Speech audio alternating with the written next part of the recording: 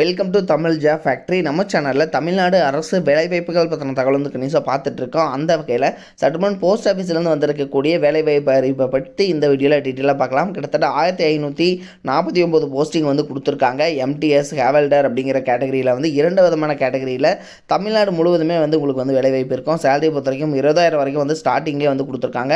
Last date 21/7/2023. So இந்த டேட்டுக்குள்ளே நீங்கள் வந்து அப்ளை பண்ணணும். 38 டிஸ்ட்ரிக்டில் இருக்கக்கூடிய ஆண் பெண் எல்லாருமே அப்ளை பண்ணலாம். என்னென்ன போஸ்டிங் கொடுத்துருக்காங்க, நீங்கள் எப்படி அப்ளை பண்ணணும் அப்படிங்கிறத பற்றின பல்வேறு தகவலை இந்த வீடியோவில் டீட்டெயிலாக பார்க்கலாம். அதை பற்றி பார்க்குறதுக்கு முன்னாடி தமிழ் ஜாப் ஃபேக்ட்ரி சேனலை சப்ஸ்கிரைப் பண்ணாமல் இருந்தீங்க அப்படின்னா சப்ஸ்கிரைப் பண்ணிக்கோங்க. அப்படியே பக்கத்தில் இருக்கக்கூடிய பெல்லைக்கான ப்ரெஸ் பண்ணிவிட்டு அதில் ஆளுங்கிற ஆப்ஷனை ப்ரெஸ் பண்ணுங்கள். அப்போ தான் நம்ம போடக்கூடிய அடுத்தடுத்த வீடியோடைய அப்டேட் உங்களுக்கு நோட்டிஃபிகேஷனில் வந்துட்டு இருக்கும்.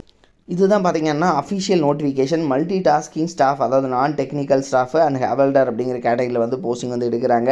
இதுக்கு வந்து லாஸ்ட் டேட் 21/7. தென் இதுக்கு வந்து பார்த்திங்கன்னா online fees payment 22/7 last date.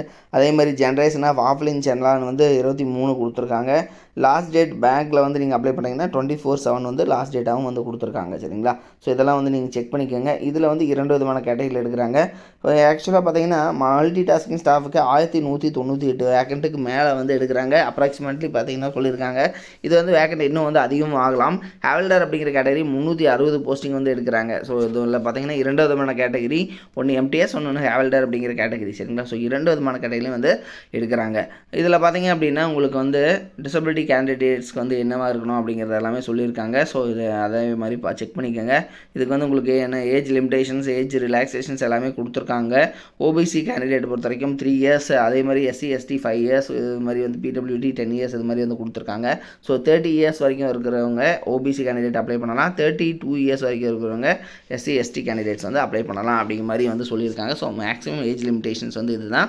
Next பார்த்தீங்கன்னா உங்களுக்கு இன்னும் ஒரு சில இன்ஸ்ட்ரக்ஷன்ஸ் எல்லாமே வந்து கொடுத்துருக்காங்க. இப்போ சர்டிஃபிகேட் வெரிஃபிகேஷனுக்கு உங்களோட ஃபார்ம் சர்டிஃபிகேட் எப்படி இருக்கணும் அப்படிங்கிறது எல்லாமே வந்து தெளிவாக வந்து இவங்க இன்ஸ்ட்ரக்ஷன்ஸ் நிறைய கொடுத்துருக்காங்க. உங்களோட எஜுகேஷனல் குவாலிஃபிகேஷன் என்ன அப்படிங்கிறத கொடுத்துருக்காங்க. அதாவது வந்து மெட்ரிகுலேஷன் எக்ஸாமினேஷன் ஆர் ஈக்குவலண்ட் அப்படின்னு கொடுத்துருக்காங்க. அதாவது வந்து நீங்கள் 10th அல்லது 10th மேலே எது படிச்சிருந்தீங்க அப்படின்னாலும் நீங்கள் வந்து எலிஜிபிள் தான். ஸோ மெட்ரிகுலேஷன் 10th தான் வந்து கேட்டிருக்காங்க. ஓகேங்களா? ஸோ அதுக்கு மேலே நீங்கள் 12th அல்லது டிகிரி படிச்சிங்க அப்படின்னா நீங்கள் எல்லாருமே வந்து அப்ளை பண்ணலாம் தான். அப்ளை பண்ணுறதுக்கு ssc.nic.in இந்த வெப்சைட்டில் போய்ட்டு நீங்கள் வந்து அப்ளை பண்ணிக்கலாம்.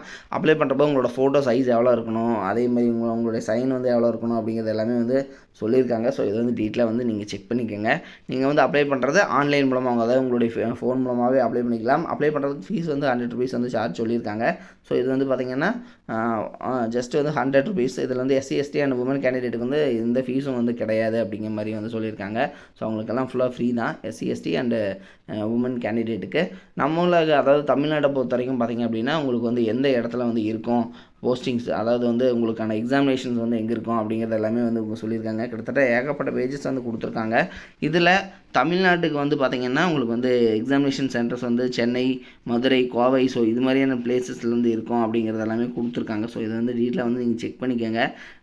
அடுத்தது நீங்கள் வந்து அப்ளை பண்ணுறதுக்கு நீங்கள் வந்து எப்படி அப்ளை பண்ணணும் அப்படிங்கிறத வந்து கொடுத்துருந்தாங்க. ஸோ இதையும் வந்து நீங்கள் செக் பண்ணிக்கோங்க. ஓகேங்களா? ஸோ தமிழ்நாட்டை பொறுத்த வரைக்கும் பார்த்திங்கன்னா உங்களுக்கு வந்து 8th இதில் வந்து கொடுத்துருக்காங்க. தமிழ்நாடு அண்ட் தெலுங்கானாவில் கொடுத்துருக்காங்க.